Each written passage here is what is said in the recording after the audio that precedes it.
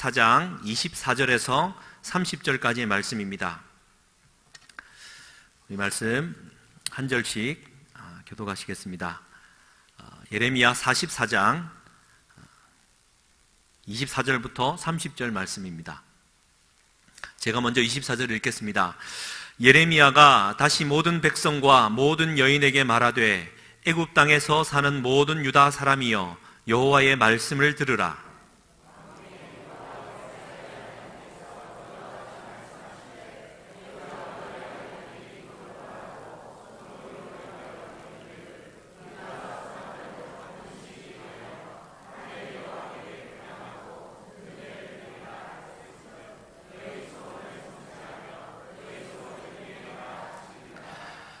그러므로 애굽 땅에서 사는 모든 유다 사람이여 여호와의 말씀을 들으라. 여호와께서 말씀하시되 보라, 내가 나의 큰 이름으로 맹세하였은즉 애굽 온 땅에 사는 유다 사람들의 입에서 다시는 내 이름을 부르며 주 여호와의 살아계심을 두고 맹세하노라 하는 자가 없으리라.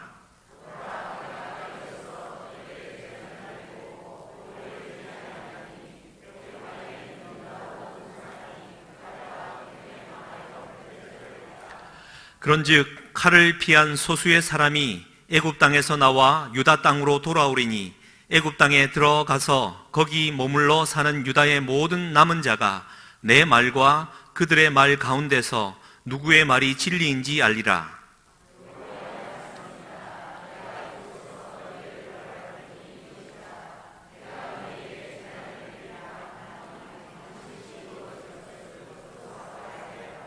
함께 읽겠습니다. 보라, 내가 유다의 시드기야 왕을 그의 원수 곧 그의 생명을 찾는 바벨론의 느부갓네살 왕의 손에 넘긴 것 같이 애굽의 바로 호브라 왕을 그의 원수들 곧 그의 생명을 찾는 자들의 손에 넘겨주리라. 여호와께서 이와 같이 말씀하셨느니라. 아멘. 이 본문 말씀 의지해서 내 말과 그들의 말 가운데에서 라는 제목으로 하나님 은혜 나누겠습니다. 오늘 저녁도 주님 전에 나오신 사랑하는 성도님들께 하나님께서 복 주시고 은혜 베푸시기를 주님의 이름으로 간절히 축원드립니다. 우리 저분들과 함께 사랑합니다, 축복합니다 한번 인사 나누시겠습니다.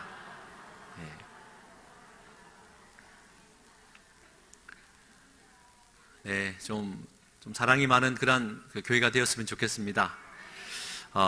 우리는 너무나도 많은 말의 폭격 속에서 살아가는 것 같습니다. 핸드폰을 쥐고 있으면 내가 원치도 않는데 까똑이 울립니다. 그러면 누군가가 나에게 대화를 걸어오게 되고 나는 거기에 또 단문을 보낸다고 정신을 팔리게 되지요. 또 까똑 뉴스, 또 온라인 뉴스, 내가 굳이 찾아보지도 않지만 친절하게 배달되는 뉴스들로 말미암아 우리는 또 마음을 빼앗깁니다.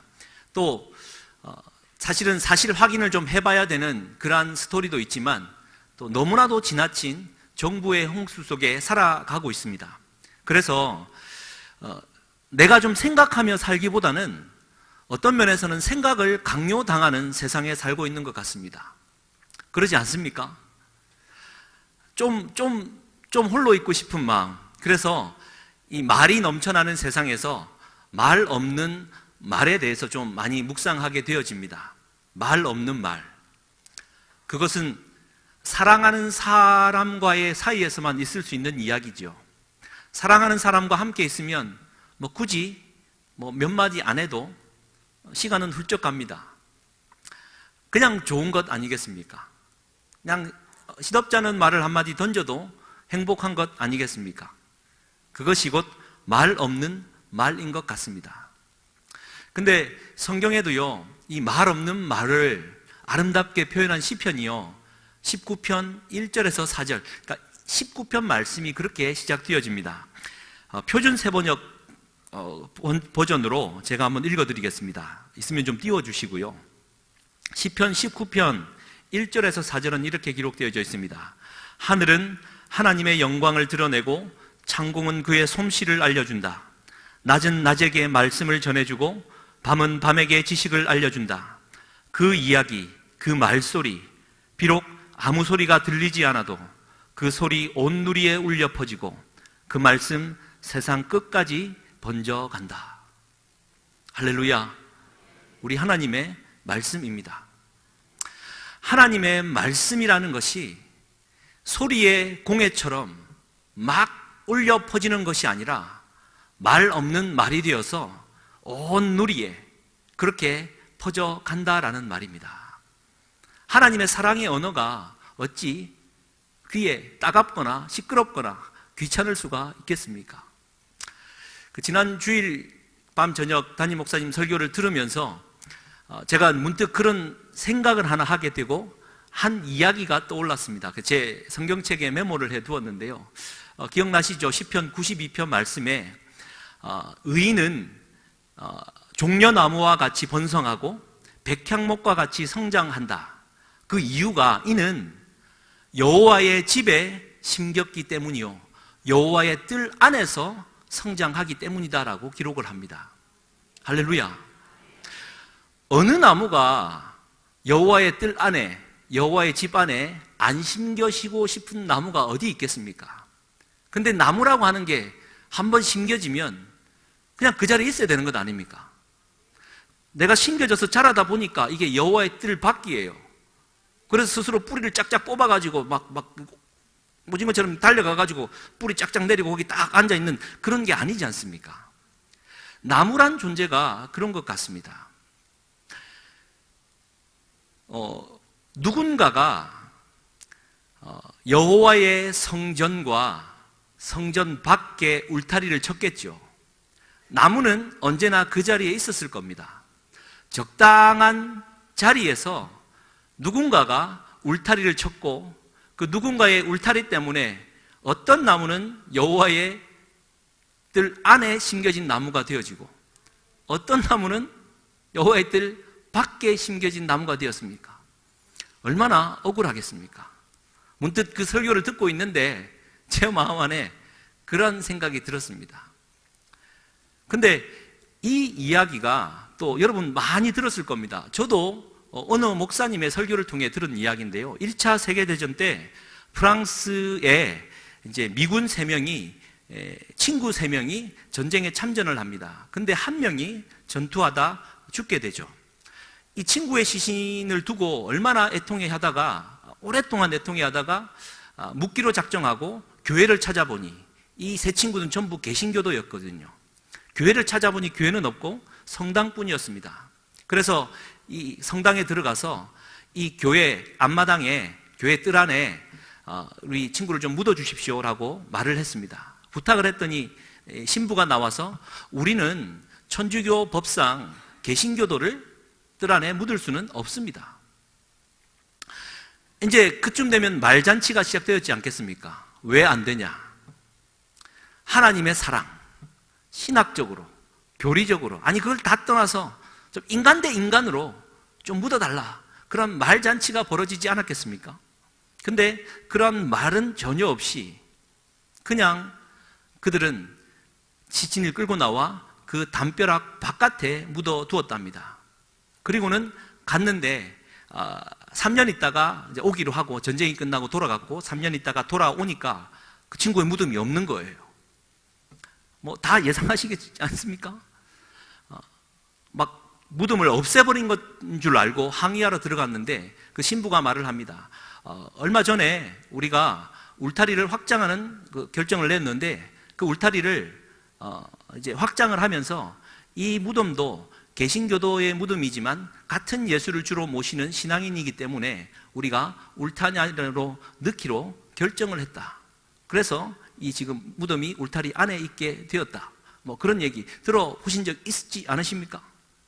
할렐루야. 그 신부도 그 성당도 그 친구를 먼저 보낸 두 친구도 많은 말을 하지 않지요. 말 없는 말로 서로가 교감을 하고 그러다가 울타리가 더 확장되어지니 그가 성당 뜰 안에 묻히는 역사가 있게 되었더라라는 이야기 아니겠습니까? 나는 나무로서 뜰밖에 심겨졌는데 그것이 영원할 줄 알았는데 우리의 생각이나 신앙이나 우리의 사고나 모든 생활의 영역들의 울타리를 넓혀 나가기만 한다면 누구는 뜰 아니고 누구는 뜰밖에 아니라 우리 모두가 여호와의 뜰 안에 심겨진 자가 되지 않겠느냐, 라는 그런 생각을 문득 우리 담임 목사님 설교를 들으면서 하게 되었습니다. 사랑하는 성도님들, 여호와의 말씀이 온 누리에 말 없는 말이 되어서 퍼져갑니다. 우리는 너무나도 많은 말로 말미암아 상처를 주고 또 말 때문에 상처를 받는 그러한 지경에 이르렀습니다. 말을 좀 아끼는 우리가 되어야 되지 않겠습니까? 뿐만 아니라 말 없는 말이 되어서 나의 생각과 사고와 삶의 지경을 조금씩 더 넓혀간다면 그것이 우리의 참된 성경의 용어로 능력이 된다는 것입니다. 할렐루야. 그래서 사도 바울이 고린도 교회, 얼마나 이게 말이 많은 교회였습니까? 그 얼마나 말이 많았기에 고린도 전후서까지 그 긴 편지를 썼겠습니까? 얼마나 말이 많아야 바울도 말을 많이 했겠습니까? 그 말 많은 분파가 많은 그 속에 사도 바울이 딱 인을 칩니다. 4장 19절하고 20절 말씀에 각자 옳은 대로 말을 하는 사람들을 가리켜 교만한 사람이다 말을 하고요, 이렇게 말을 합니다. 주께서 만약 허락하시면 내가 너희에게 속히 가서 그 교만한 자들의 말이 아니라 오직 그 능력을 알아보겠다. 같이 한번 읽겠습니다. 20절 시작. 하나님의 나라는 말에 있지 아니하고 오직 능력에 있음이라. 할렐루야. 하나님의 나라는 말에 있지 않다, 능력에 있다. 우리는 이 능력을 어떻게 받으시겠습니까? 성령의 세례, 주님이 주시는 힘, 맞지요? 그러나 한 가지 더 추가할 것은 우리의 능력이라고 하는 것은 말 없는 말로 말 많은 사람을 끌어안을 수 있는 그런 침묵의 힘 아닐까 좀 생각해 보게 되어집니다. 그래서 저는 제가 굉장히 존경하는 신학자이기도 하고요, 또 같은 학교 출신이기도 한 김흡영 교수님이 2011년도 이제 한국 교회를 향하여 일갈하는 말로 이 세 단어를 던졌습니다. 한번 따라해 주시겠습니까? 말말, 말몸, 몸말. 이게 뭔 말이야? 말말, 말말, 말몸, 몸말. 이게 뭔 말이냐면요, 말말.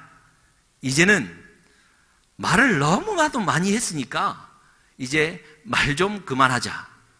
말몸. 이제 말 좀 그치고 몸으로 살아내자. 몸말.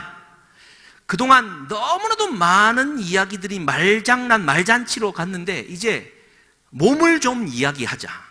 그리스도의 몸, 눈에 보이는 것, 몸을 좀 이야기하자라는 말로 말말, 말몸, 몸말을 이야기했습니다. 여러분, 그렇지 않습니까? 구약의 제사가 그 대속할 그 짐승을 잡아 죽이는 겁니다. 몸의 예배죠. 근데 오늘날 개신교 예배가 이 설교 중심으로 가다 보니까 몸 예배가 아니라 말 예배가 됐어요. 막 말이 넘쳐납니다. 그렇지 않습니까? 그러면 너는 왜 그렇게 설교를 하고 있냐? 춤이나 추지. 말씀하시겠지만, 이게 문제인 겁니다. 말만 남아있는 예배. 결국 우리는 이 몸으로 드려져야 된다는 것이죠.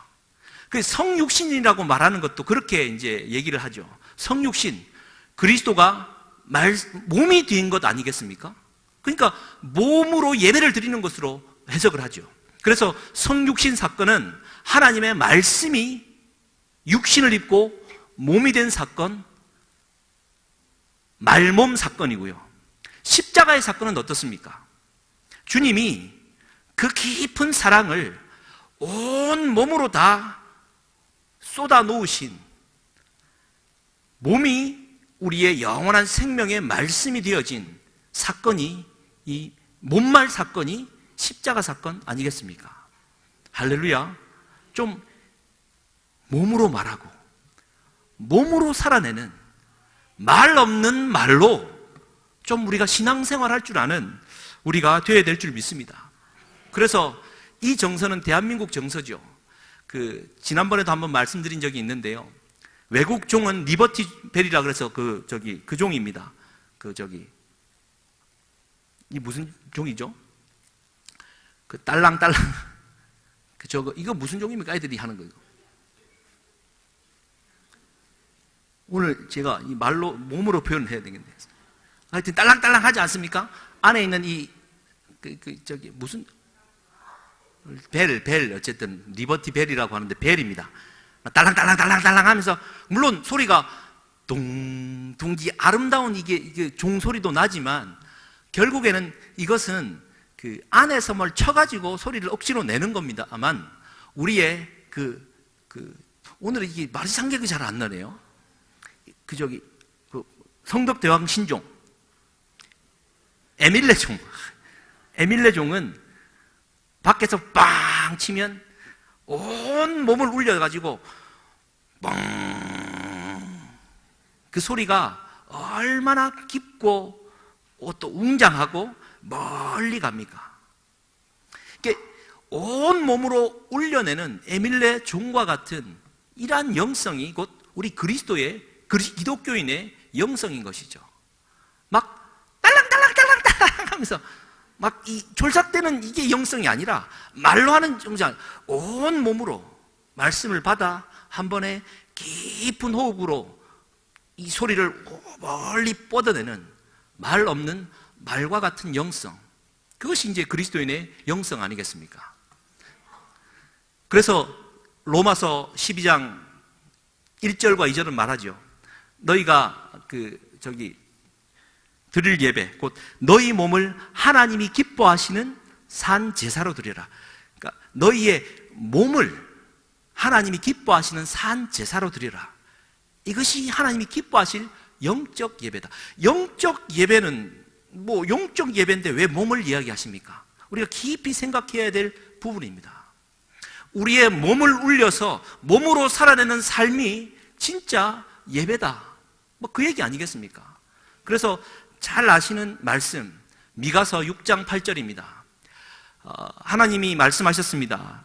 이제 하나님 앞에 예배하러 나아가는 미가가 천천의 순양과 만만의 강물 같은 기름을 가지고 나아가겠습니까? 했더니 주님 말씀하십니다. 같이 한번 읽겠습니다.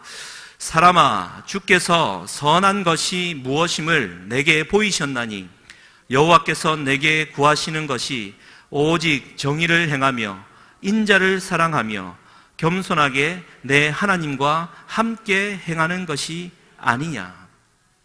아멘. 여러분, 진짜 제사는 무엇입니까? 잊지 마십시오. 예전에는 맏아들을 이삭을 갖다 바치라 말씀하셨듯이 맏아들을 내 몸을 죽여 번제단에 올리는 것이 진짜 예배였습니다. 그 예배가 아니라고 생각하지 마십시오. 그 예배가 진짜 예배입니다. 내가 예배단에 와서 불살라 번제가 되어 하늘로 드려지는 것, 이게 구약이 말하는 진짜 희생의 제사였습니다. 근데 이 의미는 진짜 생명을 바치라는 겁니까? 맏아들을 바치고 죽이라는 겁니까? 이삭의 얘기에서 분명히 드러납니다. 생명의 가치가 있는 그 일을 위해 살아가는 것, 생명의 가치가 있는 그 일을 위해 살아가려고 몸부림치며 온 몸을 울리며 신앙생활을 견디며 나아가는 것, 그것이 진짜 예배다라는 것이죠. 정의를 행하고 인자 곧 하나님의 사랑을 사랑하여 사랑을 실천하고 겸손하게 하나님과 함께 가는 것입니다. 오늘 서론이 너무 길었죠. 그러나 너무나도 중요한 말입니다. 말 없는 말, 말이 너무나도 앞섭니다. 말이 너무 많고 말만 너무 앞서요. 제가 이 말씀을 준비하면서도요, 여러분, 제가 이제 우리 교회 온 지 얼마나 된 줄 아십니까? 뭐 관심이 없으시겠지만 저는 철저하게 세우고 있습니다. 2년 하고도 3개월 뭐 좀 됐습니다만, 오자마자 제가 무슨 얘기 한 줄 아십니까? 저에게는 인생의 모토가 있습니다. 저희 아버지도 말씀하셨습니다. 네가 몸담고 있는 그곳에 뼈를 묻을 각오로 목회를 해라.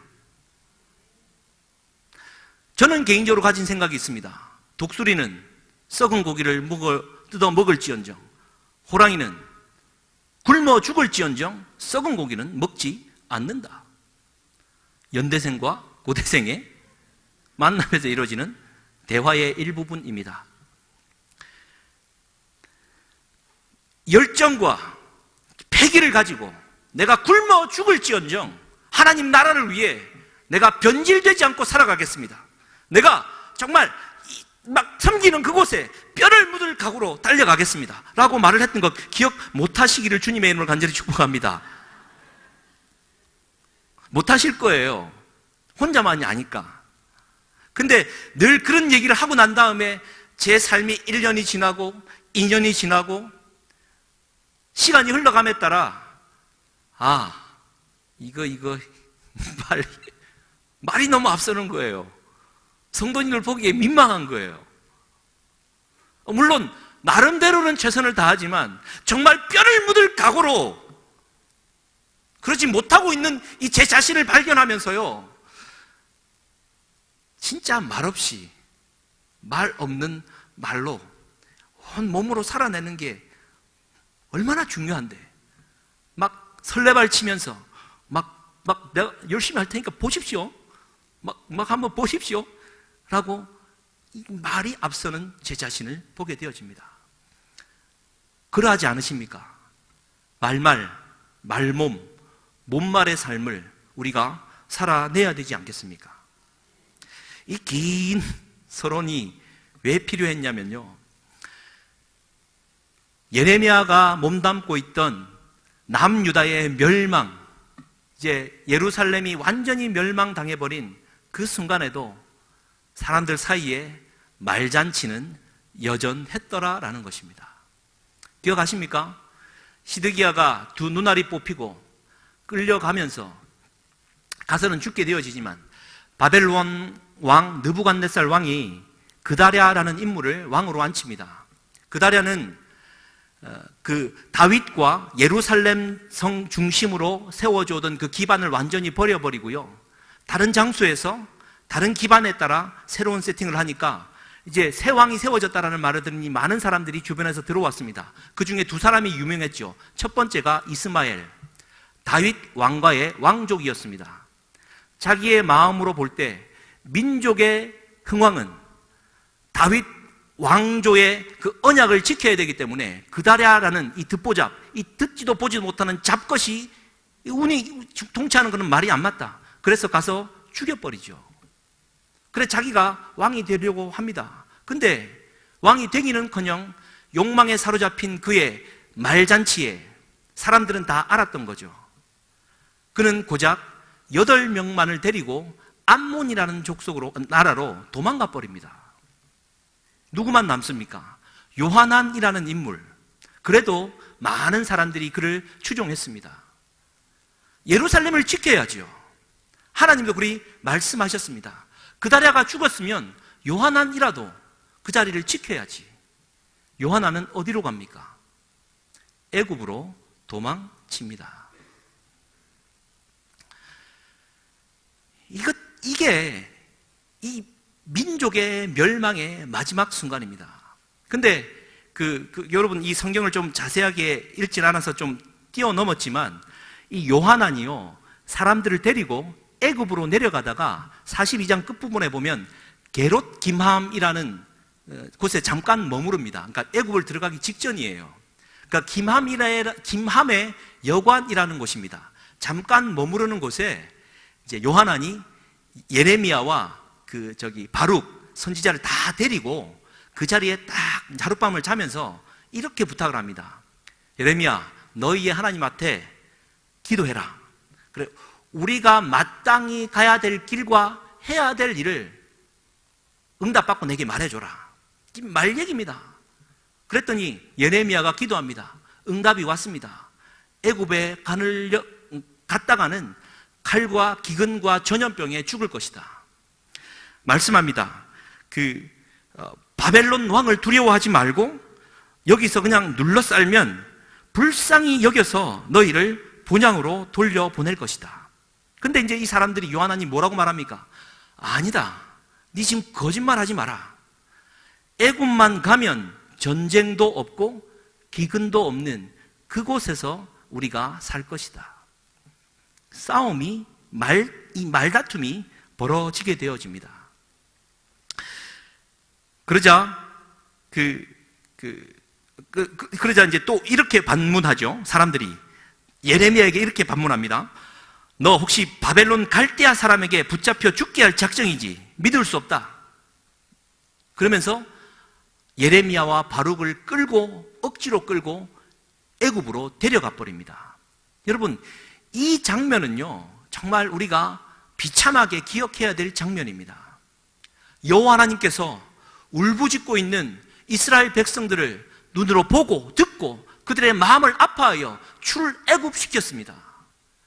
애굽은 출애굽해야 되는 곳인데 수백 년이 지나 민족의 멸망 가운데 엉뚱하게도 술 취해 비틀거리는 그들의 모습으로 다시 애굽으로 들어가고 있는 것입니다. 그들은 말합니다. 애굽은 전쟁도 없고 기근도 없다. 거기에서 사는 것이 하나님께서 우리에게 복을 주시는 것이다. 말과 말이 부딪혀 옵니다. 누가 진짜입니까? 누가 진실입니까? 여기에서 정녕 말을 듣는 자는 누구입니까? 말과 말이 부딪힐 뿐이죠. 그래서 44장에 이제 넘어오면 하나님께서 예레미야에게 애굽에서 이제 다시 한번 이렇게 말합니다. 예레미야야, 예루살렘 봤지? 내가 황무지로 만들었다. 내가 예루살렘을 황무지로 만들었다. 싹 다 없앴다. 그들의 죄악 때문이다. 그대로 전달을 합니다. 그랬더니 이제 참 중요한 얘기인데요. 44장 17절, 18절 말씀입니다. 조금 길지만 우리 다섯 번째 줄 유다 성읍들과부터 한번 읽겠습니다. 시작. 유다 성읍들과 예루살렘 거리에서 하던 대로 하늘의 여왕에게 분향하고 그 앞에 전제를 드리리라. 그때에는 우리가 먹을 것이 풍족하며 복을 받고 재난을 당하지 아니하였더니 우리가 하늘의 여왕에게 분향하고 그 앞에 전제 드리던 것을 패한 후부터는 모든 것이 궁핍하고 칼과 기근에 멸망을 당하였느니라. 이 지금 여자들이 하는 얘기입니다. 야, 봤지? 내가 이 말 기억합니까? 하던 대로. 뭔 얘기입니까? 예루살렘 성에 온건하게 서 있고 요시아가 종교개혁을 하고 바알과 아세라상을 다 청산하는 종교개혁이 이루어지고 있는 그 순간에도 하던 대로 하늘의 여왕 이시다롯, 성경에 말하는 이스다롯, 또 다른 말로는 아세라, 하늘의 여왕을 섬기고 있으니까 풍년도 나오고 뭔가 잘 되거든요.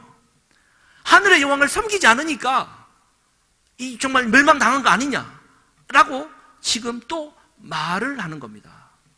근데 여러분, 이거 참 중요한 얘기입니다. 하늘의 여왕이라는 말이 갑작스럽게 성경에 많이 등장을 합니다. 근데요, 많은 고고학자들이 기원전 7세기, 8세기, 그러니까 그리고 예수 시대까지 많은 이스라엘 백성들의 무덤을 이제 다 파보고 그 무덤에서 등장하는 글들을 다 해석해 보았는데, 특별히 그 헤브론 서쪽에 있는 키르벳 엘 콤이라는 이 무덤에서요 발견된 한 그 문구가 뭐냐면은 야훼와 그의 아세라가 복 주시기를 원하노라. 아멘 하면 안 됩니다. 야훼, 여호와와 그의 아세라가, 여호와께서 복 주시는 건 아멘 하셨던 거 맞습니다. 근데 그 당시 신앙의 모습들이요, 뭐냐면은 남신과 여신이 함께 궁합이 맞으면은 이 자녀도 번성하고 진짜 많이 준다는 것 아니겠습니까? 그러니까 여호와 하나님은 남신이고 거기에 따라 여신으로 아세라 같이 섬겼다라는 겁니다. 그래 놓고는요, 하나님을 여호와로 잘 믿는 것처럼 말이 난무했던 시대였습니다. 옛날 시대의 이야기라고요. 우리가 믿고 여호와 하나님을 유일신으로 믿고 살아가지만 하나님 말고 우리는 분명 다른 신이 있습니다. 있어요. 자기도 모를 때가 있습니다만 대부분은 압니다. 하나님만을 유일신으로 믿고 살기에는 뭔가 부족한 것 같아 하나를 더 믿고 살아가는 겁니다. 바알과 아세라, 여호와와 그의 아세라가 복을 주기를 원한다.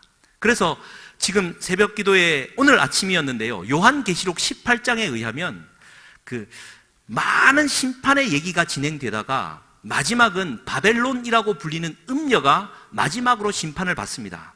그 심판을 받는 장면에 어떤 한 사람이 등장을 하냐면, 나는 여왕으로 앉은 자라, 나는 더 이상 고통당하지 않을 것이다 라는 표현이 있습니다. 나는 여왕으로 앉은 자다.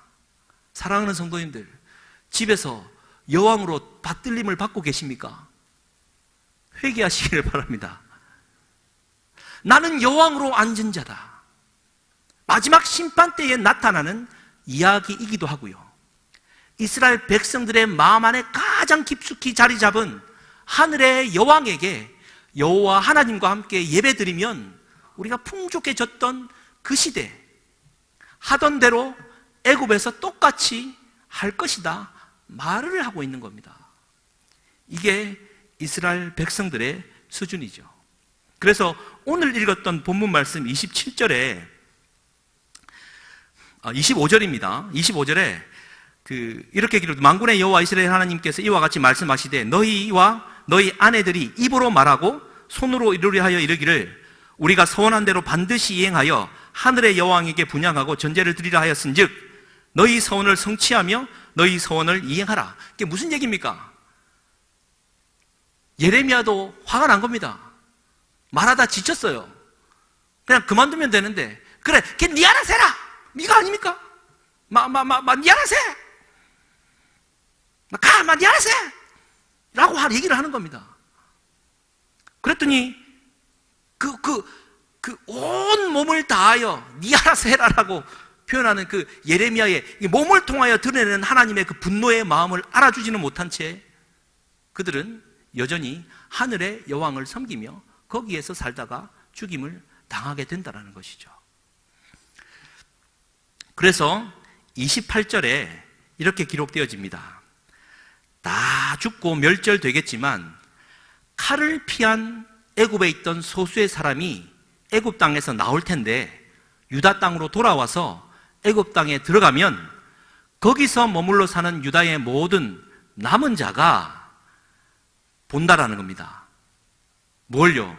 내 말과 그들의 말 가운데서 누구의 말이 진리인지 알 것이다. 지금 내 말하는 게 진짜다, 막 내 말이 진짜야, 아니야 임마, 내가 진짜야. 우리는 늘 그렇게 싸우지 않습니까? 아니라고, 내 말이 맞다고, 쓸데없는 소리 하지 마, 내 말이 맞아. 말과 말이 부딪혀오지만 그 말 속에서는요 결코 진리를 알 수 없습니다. 무슨 말입니까? 내 말과 너의 말 사이에 진리는 남은 자가 결국 나중에 삶을 통해 확인하게 될 것이다 라는 이야기입니다. 결국 진리는 말로 전달되는 것이 아니라 마음으로, 말 없는 말로 전달되는 것입니다. 오늘의 이 제 설교가 무슨 말을 하는지 전달이 되십니까? 말은 이렇게 하고 싶지만 저도 이 말을 잘 못하고 이렇게 이도 많이 빠져가지고 말도 새고 하는데 아무리 말을 잘해봐야 얼마나 잘 전달되겠습니까? 근데 몸으로 움직이는 이 나온 배에서 울려 나오는 이 마음을 아시겠냐 말입니다. 우리 담임 목사님이 꽝을 치고 말이지, 일어나라! 함께 가자! 이게 그냥 시끄러운 소리가 아니라 그 마음과 말 없는 말을 이해하시겠습니까? 우리는 신앙생활 하면서 그런 말을 들어야죠. 그 사람이 이런 말을 했기 때문에 저 사람의 존재 자체를 부정해서는 안 됩니다. 말은 실수가 있을 수 있죠. 우리는 몸으로 말하고 존재로 말하는 자가 되어야 될 줄 믿습니다. 그래서 좀 말씀을 마무리하면서요, 하나님은 사람들을 일부러 광야나 황무지로 보내기도 합니다. 그죠? 예수님도 이제 공생의 시작 전에 광야로 보내셨습니다. 근데 예루살렘 같은 경우는 하나님이 친히 황무지로 만들어 버렸습니다. 그렇다면 우리는 한 가지 부분적인 진리를 발견할 수 있습니다. 우리는 어떠한 신앙생활을 하더라도 광야를 피할 수는 없다. 잘 살고 있다면은 일부러 광야를 가야 되고, 내가 못 살고 있다면 하나님은 내 삶의 터전을 광야 황무지로 만들어서라도 하나님 나라를 위해 가도록 하실 텐데, 우리는 그 광야를 부인해서도 부정해서도 안 될 것입니다. 광야는 어떤 곳입니까? 황무지는 어떤 곳입니까? 침묵입니다. 수도죠. 아무 말을 해도 들어주는 자가 없는 곳입니다.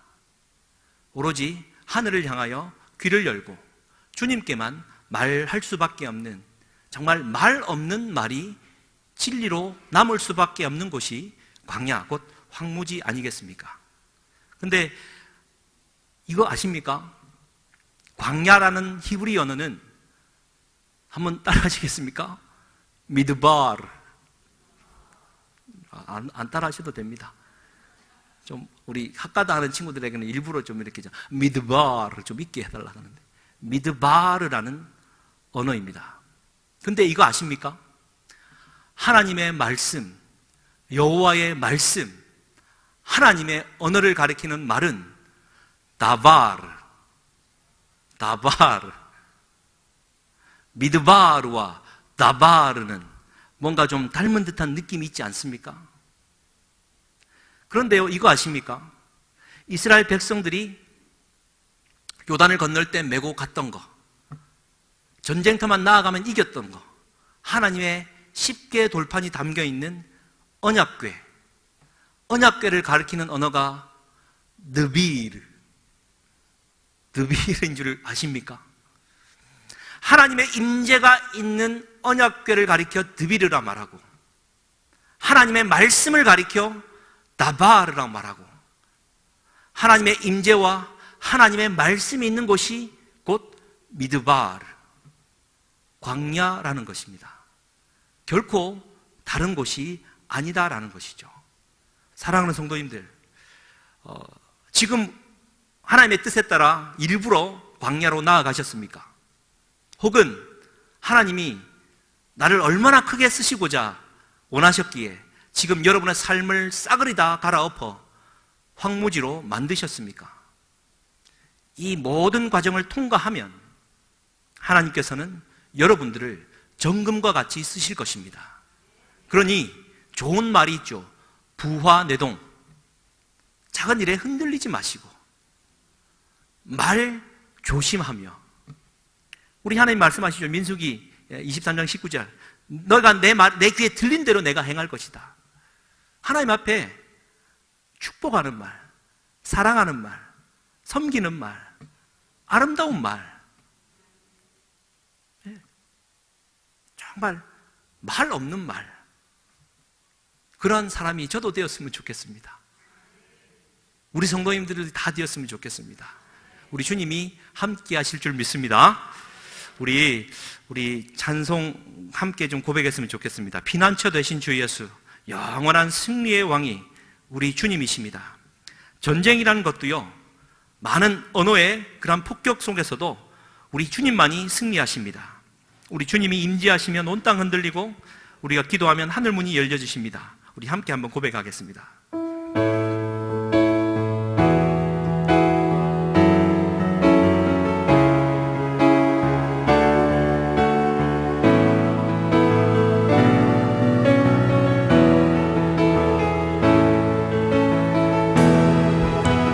피난처 되시는 주 예수, 영원한 승리의 왕, 주님의 얼굴을 구할 때 주의 빛 비추시네. 아멘. 전쟁은 주님께 속했네. 전쟁은 주님께 속했네. 승리는 우리의 것.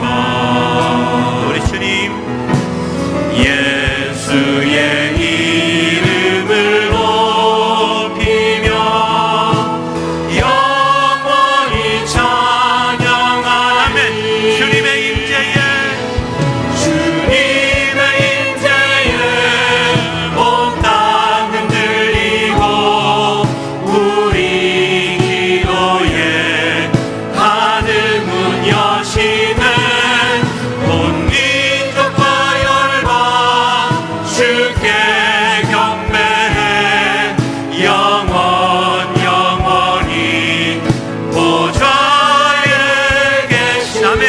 왕께. 전쟁은 주님께 속했네. 승리는 우리의 것. 전쟁은 주님께 속했네. 승리는 우리의 것. 예수의 이름을 높이며 영원히 찬양하며 우리 주님 임재하시옵소서. 주님의 임재에 온 땅 흔들리고, 우리 기도에 하늘 문 여시네. 온 민족과 열방 주께 영원히 보좌에 계신 하나님께 영원히 보좌에 아멘. 주님의 임재에 온 땅 흔들릴 것입니다. 주님의 임재에 온 땅 흔들리고, 우리 기도에 하늘 문 여시네. 온 민족과 열방 주께 영원히 하나님 어린 양께 하나님 아멘. 한없는 주님의 은혜, 한없는 주님의 은혜 온 세상 위에 넘칩니다. 온 세상 위에 넘칩니다. 가릴 수 없는 주 영광, 온 땅 위에 충만합니다. 주님만이 길이오니. 주님 우린 그 길 따라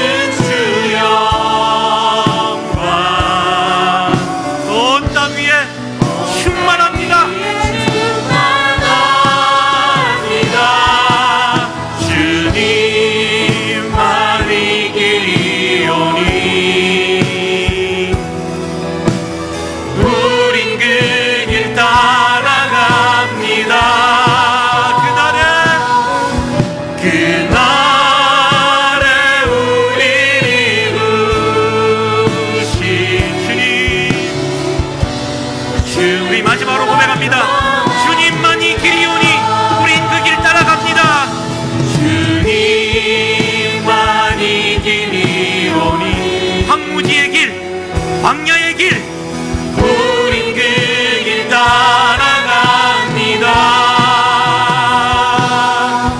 그 말을 우린 이루시. 주는 완전합니다. 우리 기도하기 원합니다.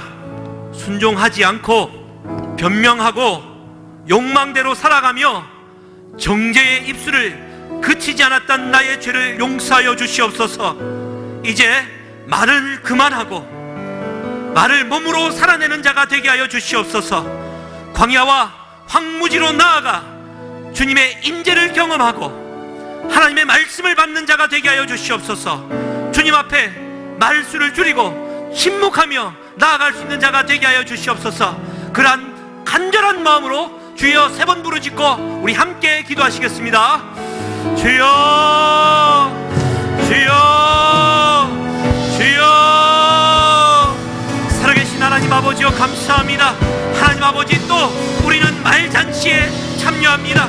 말이 너무나도 많고 말이 말을 이기고 내 말이 너를 이겼기에 그의 존재를 부정해버리는 우리를 범하며 살아갑니다. 아버지 하나님, 광야의 길에 서서 주님만 바라보며 주님의 임재를 경험하는 아버지 드미루의 역사와 하나님의 말씀을 경험하는 다바르의 역사와 광야로 담대히 나아갈 만한 미드바르로 나아갈 만한 하나님의 놀라운 역사가, 용기가 우리 안에 있게 하여 주시옵소서. 일어나 걸어갈 만한 용기를 더하여 주시고 하나님의 말씀 앞에 순종하는 자가 되게 하여 주시옵소서. 어떠한 순간에도 하나님의 은혜를 잊지 않게 하여 주시고 가릴 수 없는 주의 영광, 한없이 넘치는 주의 은혜, 아버지 하나님, 내가 주님만이 길이요 생명이오니 그 길만을 따라가기로 다짐하며 오늘도 견디며 승리하며 나아가게 하여 주시옵소서. 이의 입술에 부정과 나쁜 말과 어리석은 행동과 아버지 하나님 입술에 할례를 베풀어 주셔서 성령의 언어가 하나님의 방언의 성령의 천국 방언의 역사가 우리 입술에서 터져 나오게 하여 주시고 놀라운 하나님의 구속하신 만족이 있게 하여 주시옵소서. 우리 한 가지 더 기도하기를 원하는 것은 사랑하는 담임 목사님과 사모님을 위해 기도해 주십시오. 일어나 걸어갈 만한 지력과 지혜와 강건함을 부어주셔서 주의 몸된 교회가 일어나는 선두주자에 서게 하여 주시옵소서. 더불어 주의 몸된 교회가 하나님의 은혜 가운데 하나님의 광야와 같은 길을 거쳐간다 할지라도 말씀이 임재하고 주님이 함께 하시는 교회가 되게 달라고 기도해 주시고, 더불어 우리 나라와 민족이 하나님께서 세우셨는데 130년이 지난 개신교회의 역사 가운데 이제 또 저물어 가고 있는지는 아닌지는 모르겠습니다. 나라와 민족을 위해 우리 함께 기도하겠습니다. 목사님과 사모님, 교회와 나라와 민족을 위해 주여 한번 부르짖고 기도하시겠습니다. 주여, 살아계신 하나님 아버지여 감사합니다. 세계로 열방으로 향하여 일어나 걸어가라라는 주의 말씀에 순종하여 목사님이 일어섰고 걸어가고 있습니다.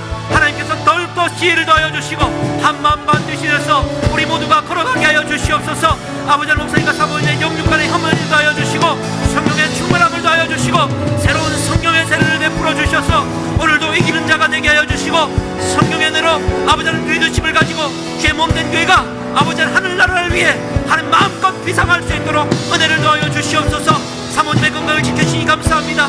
더욱더 일어나게 하여 주시고 성령의 도우심 있게 하여 주시옵소서. 그러한 성장과 지혜를 통주심으로 말미암아 주의 몸된 교회 또한 하나님의 말씀을 받는 광야의 길을 하나님 거침없이 걸어갈 만한 믿음을 더하여 주시고 힘을 더하여 주시옵소서.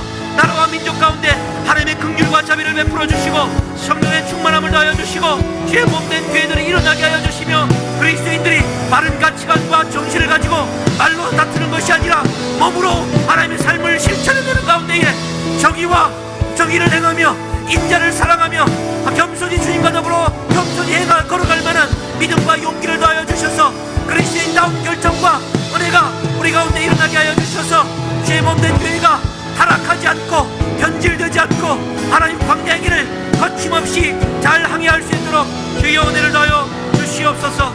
하나님 감사합니다.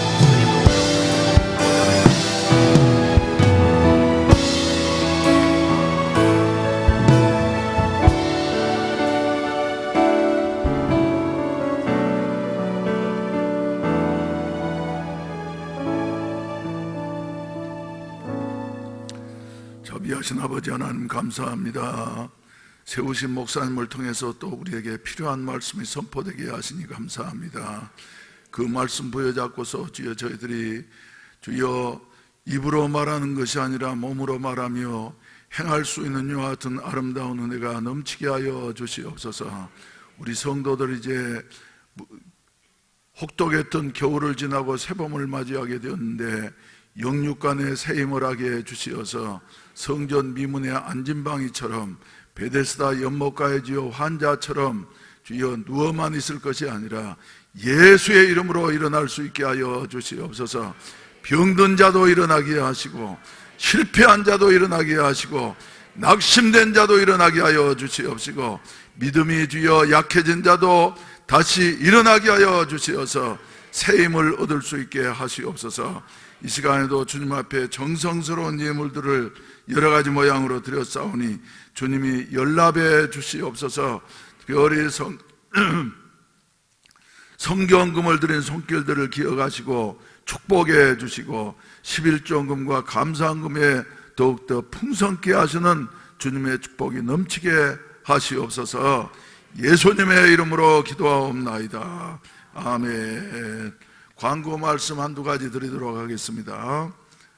교회의 가장 큰 절기가 다가오고 있습니다. 무슨 절기입니까?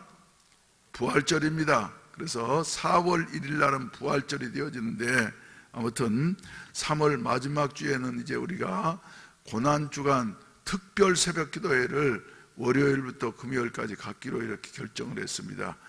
준비하면서 기도하시기를 바랍니다. 그리고 모레 금요 성령 기도회에 많이 참석하셔서 기도하시고 우리 속에서 자꾸 험한 세상, 급변하는 세상 속에서 꺼져가려고 하는 성령의 불이 꺼지지 아니하고 더욱더 타오를 수 있는 이와 같은 은혜가 우리 성도들에게 있어지기를 주의 이름으로 축원을 드립니다. 어제 오후에도 이제 해가 지는 이와 같은 우리 수양가들, 우리 목사님들과 함께 잠깐 다녀왔습니다. 하나님께서 정말 좋은 것을 주시었어요. 그래서 간절히 손을 잡고 하나님, 이곳에 하나님이 의도하셨던 그 기적의 역사가 나타나게 하여 주시옵소서.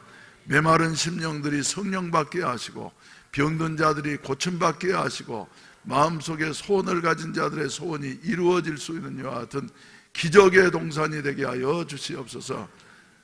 젊은이들에게는 태평양 바다를 바라보면서 비전을 갖게 하시고 또 연세 드신 분들에게는 아름다운 자연과 하늘을 바라보면서 하늘의 소망이 더욱더 선명해지는 이와 같은 은혜가 있어지게 하시옵소서 하면서 기도하고 왔는데, 금년에는 우리 수양관을 좀 더 활용하고 하나님께서 주신 것이니까 말이죠, 하나님이 약속이 있는 곳이니까 간절히 기도하는 이와 같은 은혜가 있어졌으면 좋겠습니다. 아멘. 예, 우리 다 같이 찬송가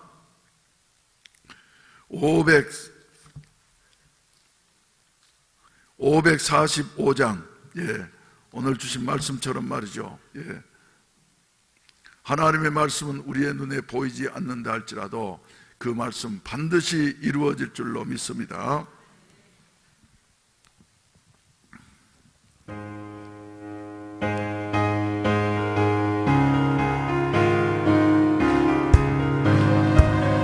촛불 한번 빨리 부르십시다. 이 눈에 없는 증거만이 되어도 믿음만을 가지고 산을 걸으며 이 귀에 없는 소리 아니 들려도 하나님의 약속 위에 서리라.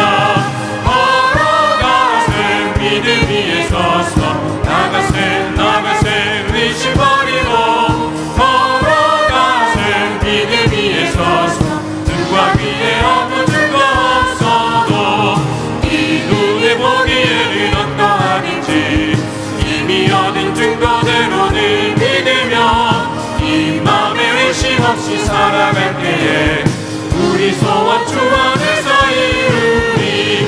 걸어가세 믿음 위에 서서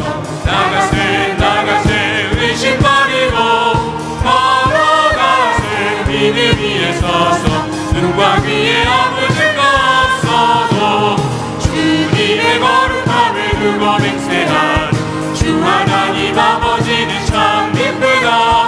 그 귀한 모든 약속 믿는 자에게 능치 못할 무슨 일이 있을까.